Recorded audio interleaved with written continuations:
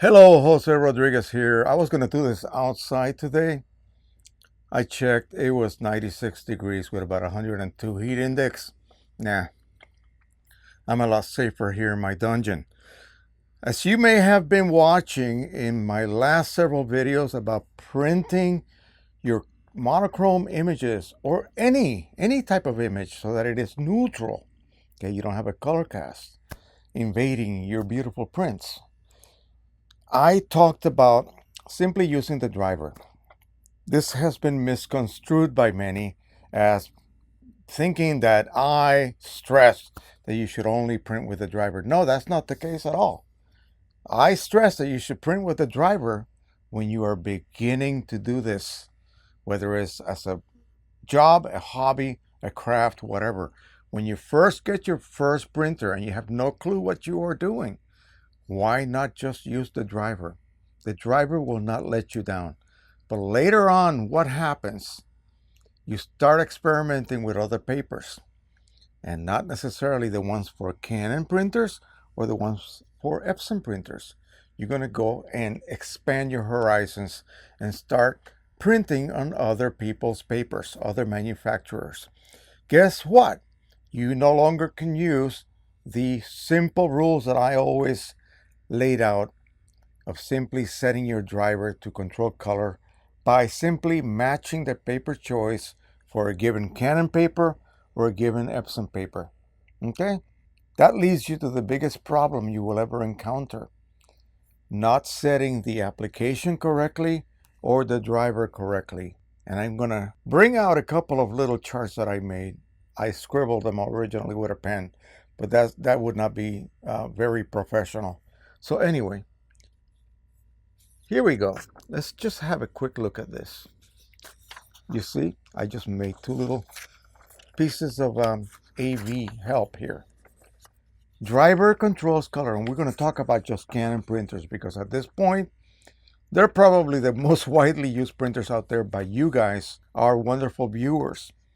When the driver controls color by choosing the paper type, and again, it's got to be a Canon paper, just like you see back here and all over my floor actually. You locate that paper type in your paper choice. It'll be photo paper something or other, Pro Luster, semi-gloss, Pro Matte, whatever. You choose it. By doing that, you're telling the driver to search throughout your hard drive of your computer, locate the matching Canon paper profile, and use it. So in short, you are printing with color managed workflow when you let the driver control color. What do you have to do to ensure that's actually happening though? You go into color intensity manual adjustment. And again, guys, if you have a Mac, this is totally different. Okay, this is only for Windows users. We have to do things manually. Okay, so you go to color intensity manual adjustment. That will be found in your basic window. When you right click and choose printer preferences, you will be led to that window. You will choose photo printing. You will choose the paper type. You will choose the quality, the size that you wish to print on, and color intensity manual adjustment. That will take you then to a beautiful secondary page with a bunch of beautiful sliders that you are to ignore, and then click on matching, and there in matching choose ICM or driver matching, one of those two. One of those two will automatically tell the driver to use the correct paper profile for a given Canon paper. Canon paper only. But now you have gone ahead and started purchasing papers from other manufacturers, and you feel wonderful because they provide you with downloadable ICC profiles. Here's the problem with that. Those ICC profiles are not the Canon ICC profiles. Now, if you download a profile for a paper that happens to have a luster surface, and you want to print it on a Canon Pro 1000, more than likely they'll tell you to choose Canon Pro Luster as a paper choice. Well, that's going to link it to the Canon profile for what? For Canon Pro Luster paper. But you're using someone else's paper. So now you're going to have to switch tactics. You're going to have to tell your application to control color. And when you do that, if you install your profile correctly, you should be able to tell the application in its particular printing module to no longer let the driver control color, but to let it control color. Once you do that in Photoshop or Lightroom, for instance, you will then have access to ICC profiles that may be installed in your hard drive. At that point, you will choose the Red River Polar Luster paper profile that you downloaded, and you will set the driver for Canon Pro Luster paper. But in this case, you tell the driver, hey, please do not accidentally load the Canon Pro Luster profile. I am using the Red River Polar Luster profile. So you have to set that color intensity manual adjustment to none. Matching and then none. None, okay? Not ICM, not driver matching any longer, but to none. The reason being is that it's either this or this controlling color, the driver or the application. When the driver does it, you do not let the application control color. You tell it to let the driver control color, and it will keep its hands out of the mix, okay? Never both. Once you do that, you will get strange looking results. You'll be scratching your head wondering what the heck happened. Yeah, that's because you're double profiling. Now on a Macintosh computer, using the Mac driver for a specific printer, color matching is turned on and off automatically for you, depending what you tell your application to do. If you tell your application to allow the driver to control color, then it will allow the driver to control color. Vice versa.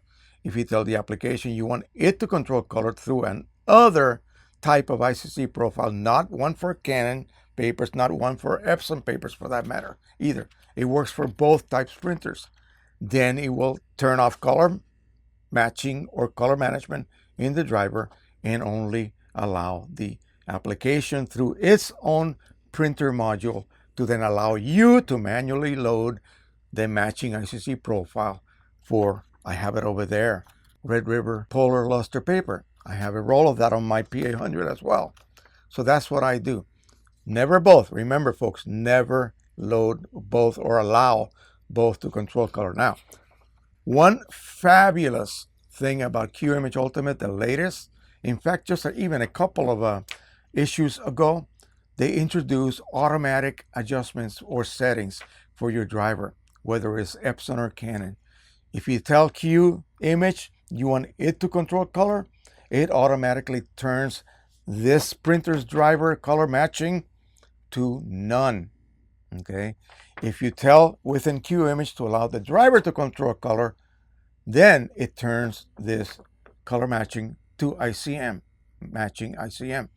That's exactly what you need to do if you were doing it manually. It's doing it for you automatically. So that's a wonderful incentive for you to consider buying QImage. I don't work for QImage, so don't come back at me saying that I'm trying to sell you QImage. No, I am suggesting that you buy it because it is simply fabulous. All right, I hope that clears up what happens when you either tell the, let me get this correct, the driver to control color, I had it on the left side, or the editing application to control color. Either one is fine. This one will perform great. And this one will perform great. Together, they argue and they fight, okay? And the results are terrible.